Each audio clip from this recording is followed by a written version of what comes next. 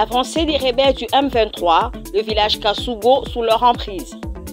Les rebelles du M23, soutenus par l'armée rwandaise, ont réussi à s'emparer des Kasugo, une localité stratégique de 21 000 habitants depuis le dimanche 2 mars.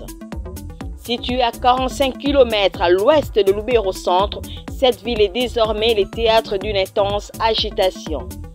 Paluku Kulumbwa, fonctionnaire délégué de l'État de Kasugo, a confirmé l'information que les rebelles ont pris le contrôle de la région à l'issue d'affrontements violents avec les forces armées congolaises qui ont bénéficié du soutien de Wazalendo.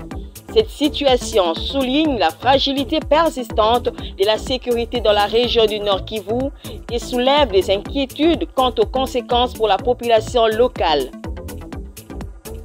Les rebelles du M23 viennent de prendre le contrôle du village de Nyakundumbi dans les territoires de Lubero sans combat.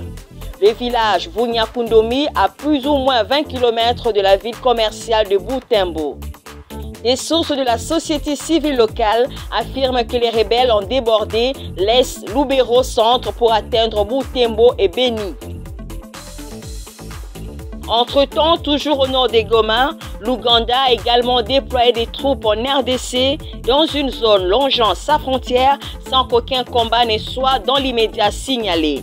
Le déploiement massif de forces de l'UPDF au nord Kivu avec un important renfort en effectifs et en moyens logistiques.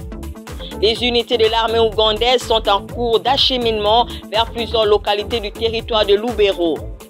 Selon des sources sécuritaires, ces déploiements visent à établir une ligne de défense pour contenir toute progression des éléments du M23 en direction de Butembo et Beni. Sur fond de craintes de guerre régionale, la communauté de développement de l'Afrique australe SADC et la communauté d'Afrique de l'Est ESC ont récemment nommé les anciens présidents kenyans Uhuru Kenyatta, nigérien Olusegun Obasanjo, ainsi que l'ancien premier ministre éthiopien Haile Mariam Desalegn, facilitateur d'un processus de paix en RDC.